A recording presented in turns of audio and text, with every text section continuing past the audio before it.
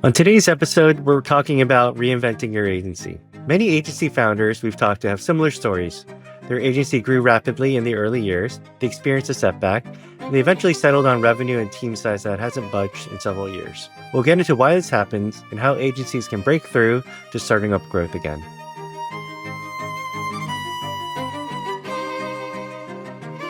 All right. So before we dive in, this is a common occurrence that we've observed. Many of the convos that we have with agency founders, and typically, these are agencies that, when you look at kind of the last, 3, 4, 5 years of revenue, they've kind of stayed at like a very close range. Maybe they go up a little bit, down a little bit, and so it's kind of within this small band. But then EBITDA sometimes can be pretty good. Like, so there's profitability happening, and for whatever reason, it just seems like this is where the agency has kind of found this equilibrium. And this is something that's not new to us personally, because we had stretches like this during our time running Barrel, where we felt like, I think what was around like 3 million, we were like stuck at that level for some years, and we're just like, oh my god, this is where we kind of end up. And so I think this is like, it's almost like I guess like a training analogy is a good one, like in fitness, right? Like, you kind of, you're doing the same program, and like, your body adapts, and then the progress kind of stops, right? And then, you just try to grind harder within that program, but then really, like, it's really tough to do that at the same routine. And, what you really need is a brand new program, not more effort. So I think this is kind of one way to think about the analogy. Yeah. And I think a lot of agency owners we talk to, they seem like they're the only ones that are, stuck at this level. But, you talk to enough companies and it's the same story over and over, right? It's the thing we went through where you're flat a few years and like you're working hard, right? Like it's not, you can't put a finger on what's not working. But, if it's a pattern, there's something that you can do about it. So let's dive into why these agencies hit plateaus. So there are four forces that we've identified when thinking about why agencies reach this plateau. So let's start with the first one, which is external trends. So the reality is, as an agency, clients, their needs shift over time. Whether it's platforms change, AI is obviously a big one that's been introduced, and then even the buying behaviors of clients change. So while your offer that you've had for ages and ages may be working still, the market could be slightly shifting to a different direction that is taking away some of your business. Yeah, and I'd say like a lot of growth, sometimes agency growth is about riding like different trends, whether that's kind of client industry cycles or different technology and platforms that are hot. So I can remember like even back maybe 15 years ago or so. Remember when like Drupal was all the rage, and like if all these enterprises were kind of adopting Drupal as a CMS, and it's a very different story today. And so there were shops that kind of really rode that wave and got big. Another one is more like on the industry side, like you could see, say, like something like the crypto bubble, produced a lot of agencies that were catering to that sector, and lots of work and money flowing. But once again, like that, that kind of ran its course. And but then you also see cyclical stuff across like different industries. I mean, tech funding cycles are notorious for having that cyclicality sometimes, and then even the early days of Barrel. I remember we had this run. This is like right around like the great financial crisis, but like right around then, actually, there was a lot of investment going into solar energy in the U.S., and we happened to have a lot of like these clean energy clients that were spending a lot of money kind of ramping up. And so, we rode that wave for a bit. And, that too, that industry evolved a lot as well. And so, there's a lot of external things that are always going to, play a role in the agency growth. Yeah. So when you see your agency growing, sometimes it's really just your clients' industry is growing. Like, there's a lot of macro external trends that you're capturing. So when the cycle turns, it's easy to kind of see that as like, oh, maybe we did something wrong. But actually, it's just the whole industry where your clients operate have declined. All right. The next area is competitive forces. So the reality is that there'll be new entrants to the market that compete against you, and new um, competitors who have specializations could, out position you to your target market. So, let's say you had a strong positioning and differentiation in like 2018, that could be table stakes now, and people could be offering a lot more compelling um, offerings. So it's really something that, yeah, you always need to keep on top of. Yeah, I would say to add to that, I mean, competition, there's also pricing pressures that come because you have competitive new entrants that are willing to charge less and undercut what you are charging. And a lot of that is like, an upstart maybe have lower cost structures and, or maybe they have different ways of working that's, maybe more efficient than you are. I remember like this is like a clear story for us where, we had primarily kind of US based talent and they're getting more expensive every year and then you have some new entrants coming from let's say like Eastern Europe, Asia and like, they're able to do quality work but charge, half the price for it, quarter of the price and that changes the dynamic of the work that you're able to charge for and then the way that clients kind of value that work as well. So these competitive forces are real and you have to be on top of them. Yeah, and you'll end up seeing it in, mostly your close rates. Like it's not going to be overnight, but you might see your close rates ticking down over time as your clients end up choosing one of these potentially lower cost or a better positioned competitors. All right, so the next area is talent. So it's interesting because this could be attrition of the best people on your team just end up leaving over time, or there's stagnation of people that stay. So it's interesting when you kind of look at both sides, where a lot of your capability growth, oftentimes when you hire and you bring on fresh new talent. And fresh perspective and fresh ideas and skills, but if you retain your team, loyalty is important and retention is important, but then that comfortable team that you've built can also have a comfortable output of work that doesn't necessarily innovate for your clients. Yeah, and this is where the importance of like having fresh blood is important, right? You want that, um, and this is especially reflected in kind of the more senior roles that you might hire for. So if you've been super cautious about investing in senior hires, and your last senior hire was many years ago, or somebody that you promoted from within, you've kind of robbed yourself of that outside impactful perspective that might come in and kind of shake things up a little bit, and so yeah, I think, there's that aspect of stagnation that happens just by not infusing your team with kind of new, fresh talent. Yeah, for sure. Um, so the fourth area of force is client turnover. So we've definitely seen this where there's kind of the natural leak of clients that happen from things like budgets cut. So you end up churning the client, or the person, your main point person, your champion at the client leaves, and then or project ends. And all of this can happen even though you're executing, you feel like you're doing everything right, and your revenue can over time just stay flat because you're losing clients and you're winning some new business, but you're only like refilling what you lost, right? So it just feels like you're always working hard, and it's kind of like you're just like on a treadmill, but you're not moving anywhere. Like you keep doing the work, but you're just staying at the same place. Yeah, I mean, this is like such a tell when we look at some of these agencies on the M&A side is like, it's like, hey, we had a fine year because we held things steady and the profits were fine, but you look at kind of we look at the retention stats of like, oh wow, clients, you only retain, let's say, 60 to 70% of kind of the clients year over year. And so you had to kind of refill that, and it was probably a big lift to kind of fill that as well, because we know just from our own portfolio of agencies that typically you want to be over 70%, maybe over 80% to really give yourself a chance to grow the next year. And so yeah, this is basically a classic case of a leaky boat, and just because it looks like you didn't go down in revenue doesn't mean that you're in the clear. Yeah, for sure. We're talking about like the causes of why agencies plateau, and we should talk about kind of the mindset and maybe the mentality of the agency owner when this happens, right? Because I think as they kind of experience this like setbacks, or like sometimes plateaus feel like setbacks, or sometimes you have some a moment where like you actually do worse than plateau.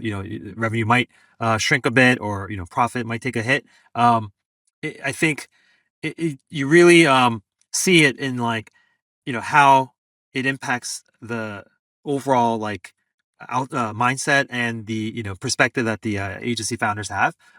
So let's say you know they get kind of punched in the mouth 1 year, and from then on, like some agency founders have a tendency to have this like, oh, I never want to experience that again, right? It's so they see like, hey, look, I almost missed the payroll, never want to let that happen again.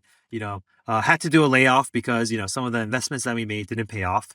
Or hey, never want to swing for the fences on a senior hire because they were very expensive but didn't work out and it took forever to fire them. And so all these things start to kind of make them question, the way that they're running things. And so the tendency is, they get very conservative. Yeah, and I don't think anyone like chooses to be like conservative. They're like, all right, they're not like saying one day, all right, I'm just gonna be really conservative about how I purchase business. It just really compounds. Like you have one bad year or one bad instance, and like really like sits in your mind, and it helps really run your thinking. Every year forward from there. Yeah, and there's another factor playing as well, right? Like where it's this idea of you actually have more to lose. The longer you've been running an agency, you have more to lose, right? Yeah, that's true. Like if you're, if you're like young in the agency, you're in it for a couple years. Like, like you still have that scrappy mentality where like you're building and like you're trying everything and like, all right, like it's fine if, you lose here and there, but then like you're in it for like 10 plus years. Like your like lifestyle has changed, right? Like your personal life of how you operate, like you have mortgages, you have responsibilities, and like all of this rides on having consistent distributions. So you're less, willing to take on those big risks that could put those in jeopardy. Yeah, exactly. And I think at the end of the day, yeah, it just comes down to some numbers and like kind of sense of responsibility that you've kind of you know felt like you now have. I mean, one side of this is like you have this company and you've employed people for many years, maybe some 8, 10 years, and in many ways, like you do feel like you there's loyalty there. You want to treat these people well, and so protecting their jobs feels like good leadership, and so there's that aspect of it. And then there's also you know, there's a bit of a, easy path, I guess, path of Yeah. least resistance, right? Because, once you're in the groove of like, all right, you serve your existing clients. All right, we've had clients for this same client for 5, 7, 8 years. They give us referrals and we didn't have to market ever. Then you kind of feel like, all right, like, why take the scary bets? Like, this has been working for us. And so you kind of end up, yeah, getting a little complacent, but because it is the path of least resistance. Yeah. And I think, it's not, all of these decisions that combine, they're all like, you can rationalize it. They're all defensible. And like, it's, it's not like, it's hard to snap out and like take a step back and realize what's going on because it's the reality of, you know, what the founder has to deal with, day to day and how they got there.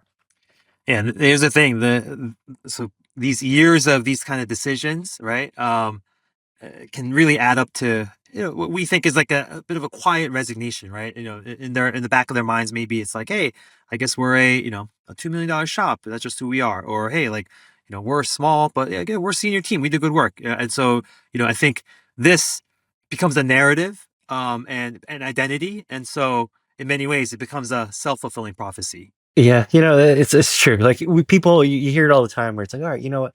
We're like intentionally, we're boutique. Like we want to stay small, and like sometimes like that's real, and that's like a deliberate decision. But usually, sometimes it's like something that like happens to you. It wasn't an intentional choice, but you're just like living in that, saying like, all right, we're boutique. We're small. Like we're XYZ. Like you're defending the situation that you're in. Yeah. And man, I mean, just going back to like to kind of this conservative mindset, right? It's like you're playing not to lose, and this feels responsible, right? It feels like the adult move because it's like, hey, there's jobs, there's your family, you're taking care, so you want that stability. But Hmm. I think and our argument on a lot of this stuff is that this is actually the riskier posture, right? Because Yeah. especially in the agency space, like, there's change always, the nature of this business is all about change. And so, by playing defense, you're slowly putting yourself at risk of kind of eroding whatever advantages you might have had. Yeah, you gave an analogy earlier about like fitness, where like in fitness, like as you get older, like you do more like maintenance training, like you actually decline because like your body is you have like muscle loss and like bone density loss due to age. So it's not that you have to just like maintain your same level of training. You actually have to like train against it and train through it. So like actually the doing the same thing actually is a decline versus, actually staying the same. Yeah. Oh goodness. um, yeah. So, all right. So let's get into like reinvention. Like, what are we talking about when we talk about agency reinvention, right? And we're not saying like, hey, burn it all down, and it's less about that, and it's more about how do you deliberately, kind of build that next version of agency? And this is like, yeah, how do you create that new workout program, right? That new training program. Mhm. And we're really kind of distilling this into four moves that we think are important for agencies to focus on if they want to reinvent, which is market thesis, the vision, the strategy. And then the team changes, which is a very important one. And oftentimes, like, as we get into these, you'll see like most founders do maybe one or two of the four, but and then nothing changes, and then they go, oh man, like like I wasn't able to reinvent the agency, but it's really important to nail down really all four of these. So let's dive in. Yeah. So the first move is building your market thesis, we'll say with an outside in lens. So I think this is really important. The order of this, right? It's like building your thesis before having a vision, because you really need to know, where is the market headed for the clients that you want to serve. We talked about this, outside in lens in episode 35, where it's, outside in versus inside out, where you should get out of the building, talk to clients, talk to people, and really understand, where the market is to build that lens. And then you apply that to the whole company. Like, what's the direction that you should head in? And this isn't something you do in a silo. Do like with your own team in a conference room. It's really like getting out there and really understanding where the market is heading. Yeah, and I think the inputs here are very much like conversations with clients. You want to kind of hear from them on like, hey, where the budget's headed. What's kind of on the minds of their bosses, or in terms of like the overall company strategy for the clients, like what's next year's mandate. Also, if you're in like a partner ecosystem, just kind of understanding, hey, like what do the platforms care about, and what are they kind of thinking about their roadmap and how you fit into that. And yeah, there's also other inputs like you might want to look at patterns and kind of lost deals because sometimes there's signals from those prospects on like what they're looking for that you might not be providing. So there's a gap there. And then look around, like there's other competitors entering the space or Yeah. ascendant agencies that you can kind of observe from, learn from, and be like, all right, like what are they kind of doing differently, and kind of and get some more signals there. Yeah. So all of those inputs, the output should be like a written paragraph that you would, kind of defend out loud and say, in 3 years, so looking ahead, our best fit clients will need X from us, and the value will shift from Y to Z, and here's who we need to become as an agency to serve that. All right, so the second move is just establishing this new vision, right? And you know, this is one where you really have to take a step back and kind of get out of the business, get your head out of the day to day of the business for a bit.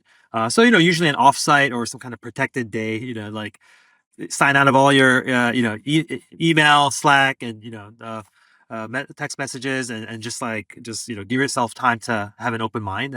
And, I think, um, like one popular method is kind of doing like a 1, 3, 10 year kind of framework where you're kind of envisioning what the business can be. So sometimes a 10 year is like a decade away, gives you that permission to think really big, right? Like because so much can happen in 10 years, you can't see beyond that. And then 3 year is something that and we'll get more into that of why like we think that's where a lot of the actual visioning can happen. And then 1 year, of course, makes that even tighter, and it really forces you to make specific action choices. But just more on the 3 year, and I think two of us, we've kind of aligned on 3 year being a very good vision kind of a framework. And part of it is we were inspired by this book, The Science of Scaling by Benjamin Hardy. So really a great book on kind of this need to go super bold, like on the order of like a 10x difference, right? So not like an incremental 20-30% better, but it's like, hey, can what does it look like to 10x your agency in 3 years? And the why this matters is like, when you do kind of an incremental thing, you're kind of making incremental decisions to get to your target. But if you have to anchor on a 10x target, all of a sudden the choices that you can make to get there are really narrow, because you go, oh man, I have to do Yeah. things drastically different. I have to pick very specific things to get me to that 10x. And so and here's the beauty of it, like 10x is very hard, and even if you don't get there, like just getting partially there is probably going to be way more than the incremental growth that you had kind of planned conservatively. So we think this is a powerful way to plan, and it's been really helpful for us, even at the Barrel Holdings level, to use this as a vision framework. Yeah, I think that's key. If you think about an incremental goal, it's almost like just asking the current agency to try harder. Like you could probably get there with some effort and evolution, but if you have that 10x goal, like you probably need to build a very different agency than what you are today. Yeah. Um, but I think one of the biggest things in kind of going through that exercise is like, if you're building a completely different agency, like, yeah, you have to be excited about what what direction that you choose to go, right? Yeah. If you know, because it will require a lot of energy and excitement to get to that future. I think it's really important to just, yeah, take a step back and being honest about, is that something you want to do, and like if you should still be the person leading that effort to the new future state of the business. Yeah, honestly, and this is like, yeah, this begs the question of, and also you see it a lot now with agency founders, and why there's so much M&A activity going on, because a lot of folks, especially with AI, and this prospect of, hey, they know they need to reinvent in some way, Yep. and it's just not everyone's cup of tea. They've already done it once, and sometimes it's a lot to want to do it again. Yeah. So let's move on to the next area, which is, yeah, new strategy. So, um, you have the market thesis, you have the vision. Now, how do you implement that and take that into action? So the first is really deciding, where to play and who to serve, and this is really the positioning exercise. So what you're doing is picking the category and the buyer for the new version of the agency, and really not anchoring that on the work that you've been doing or the clients that you've had already. There could be some of that mixed in there, but that's not really your anchor point. And it's really a forward-looking bet. So you're not going to have all the proof yet. You're not going to have all the experience, and I think that's fine. And the plan really is, how do you close that gap, and how do you position the agency to who you are becoming, and not really thinking about or anchoring it on who you've been so far. Yeah. And yeah, so definitely where to play, who to serve. And then, of course, on top of that, it's like, what is going to be your new service offering mix? And yeah, this is, you got to do a couple different things here. One is kind of this kill list, right? It's like, what are you going to stop doing? And, the offerings that might have made sense when you first designed it, 5, 6, 7 years ago. You want to revisit, like, are they still, are the margins still good there? Are the clients finding value in that? How has kind of pricing evolved on there, and does it still make sense for the value that the client's getting? So yeah, you definitely have to kind of scrutinize and evaluate the services that you currently offer. And of course, on top of that, you want to add some new offerings that obviously map back to the thesis. And this is all about, hey, what will your best fit clients pay for in the, now and into the future that you are not selling today. And so this is where a lot of the magic is going to happen, because once you kind of figure this out, you start to have this, like, all right, this is what I can go to market with and start to generate new revenue and growth. Yeah, and the way to take that into action is thinking about what are the ways of working? Like, how are you delivering on the work? How are you thinking about AI in your workflow? How are you thinking about pricing? How are you thinking about the team structure, the org structure, all to accomplish this new service offering? And I think a lot of the challenges that agencies run into, fail right here, where it's like you have positioning, you have the marketing, you have the website, everything's updated, and you're saying these things, but you're not changing how you're delivering the work underneath. So you're still trying to fit this old delivery model into the new approach for the agency. Yeah. Um, yeah. So, I mean, maybe an example of this kind of in action for us is like, um, BX Studio, our Webflow agency, they were really kind of initial few years were focused on kind of web dev, right? Just providing Webflow website builds for their clients. And, one of the opportunities they saw was, hey, like, you know, SEO is evolving, and this AI search discoverability aspect is becoming really key to how clients are thinking about their web, their digital presence in general. And so, especially like kind of adapt, like seeing that and being like, hey, we can't just be making websites. We have to kind of think about how that relates also, and is, the additional services that we can offer to help, our clients show up more on these searches. And so that necessitated kind of personnel changes. It's necessitated like a different go to market, and in fact helped BX to really hone in on their ICP, where they were like, hey, we need to go after B2B tech clients of a certain size and scale that actually value this and can afford it, and will want us to help them work on it.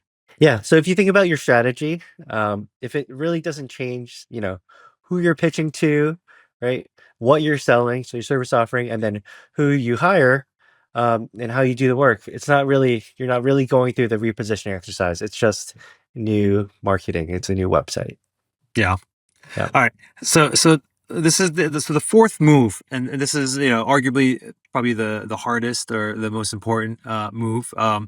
Is the team and the changes that you need to make, right? And I think most reinventions don't happen because people want to keep the band together and think, hey, we can do it together. But just experience tells us, and we know like you do need different, like if you're trying to do something different, you most likely need a different team around you. And one kind of metaphor we like to use is is this like ship of Theseus kind of uh like visualization, right? So this is like kind of the story of a ship, that leaves the port, and then if you, on its way to kind of its destination, if you change all the planks one by one on the ship, is it still the same ship by the time it arrives? And we believe it's still the same ship, it's still your agency, but there's actually the agencies kind of work in this way as well, right? Like the values, the reputation, the standard of work, the client relationships, those things might stay the same, but then the things that might change with all these planks are the roles, the seats, and also the people sitting in those seats. Yeah, and I think there's a lot of fear in this, and we've gone through this uh, over time. Is when you change the team, it may feel like you're losing the agency's identity, but you got to take a step back and realize that the company's identity isn't necessarily in one or a few of the people, and it's tough work, right? It's replacing team members while, the ship is at sea. So like while the plane is flying, like there's a lot of, challenges there. There's clients that are in progress. There's payroll. There's no opportunities just to like stop and then reset. It's a continuous moving or a project where every change that you go through is like really a hard conversation, and it's going to be tough, it's going to be emotionally draining. Every single one, before and after, is going to be a tough journey all the way through. Yeah, I mean, let's face it, like founders, definitely avoid this because you know, uh, it's not that they can't see what's needed. It's just they don't want to have to, you know, uh, they want to avoid this kind of replacing of planks. It's just such, challenging work. And it goes back to that conservative mentality that we talked about earlier, right? Just like why, um, you know, you have something going. It's not like, it's not like you're building from scratch. You have a going concern. You have a business that's profitable. Like, why shake the boat literally and like, kind of embark on this really hard, slow, and emotionally expensive task of rebuilding this ship? So I think that's where, a lot of that kind of inertia about this doing this work comes from. Yeah, and when you're trying to go for a 10x change, this new direction, like almost like you'll always need planks that you don't have. Like there'll be roles that you need to hire for that don't exist now. Sometimes you'll need to bring on senior people, and like it could hurt your P&L in the short term. But as long as you're, you know, have that vision in mind, then it's worth the investment. Yeah, totally. I think a lot of the new people that you bring on board, like oftentimes it could be senior people, like you'll bring new energy and they'll set a new bar for the team. And it's not just skills you're bringing on. And I think really it's like you have an outside hire that can really move the needle towards that new vision. It resets like what the team thinks is possible. And you really like feel it, like, within a few months, within a quarter, within a year for sure, like you'll feel the difference in the team. Yeah. Ironically, I think a fun example to share is like our own experience being the planks that were removed, right? So when we handed Barrel over to Lucas, who took over CEO a few years ago, like we were the 18-year-old planks that, that were essentially removed. And it's been incredible just seeing what Lucas has done to reshape and energize that organization without us there. And so I think, yeah, that fresh perspective and all that, like, yeah, we've experienced it firsthand and seen it in action. That's true. You don't need the new plank to be come in from externally. You can just move the planks around, and it can achieve a similar thing. All right, so let's wrap this up. I think when we talk about agency reinvention, we're really talking about a multi-year potentially process. It's not just like you go on an offsite and you come back and all of a sudden you're reinvented. It's actually the offsite is maybe day one and where you're kind of thinking about a few things. But this is, yeah, I mean, just going back to the analogy we've used throughout, like this is a new training program, right? You're gonna have this stretch where you're gonna be super sore before you get stronger and start seeing gains. And so you really have to have those expectations of like, hey, like let's brace my mind for what's to come. It's not easy, but if you can make it to the other side, it's going to be well worth it. And I think as a maybe a homework for folks to give a shot at is like asking, trying to write out what will my best fit clients need in 3 years that I can't deliver today. And I think that should really clarify, because if that if the answer is like, oh, nothing, business as usual, like you're probably not thinking hard enough because 3 years a lot changes, and so Yep. yeah, most likely you're going to need that. And yeah, I'd say you know as part of maybe the strategy work that you do, I'd say like check out our foundation app, foundation.agencyhabits.com, because yeah, that's a good place to first test your current positioning for any gaps, but then also as you come up with new positioning, you can like upload it as a doc or landing page mockup or whatever, and then you can get some really good gap analysis there. So yeah, we've covered a lot today. Yeah, thank you all for joining. Till next time. Thanks.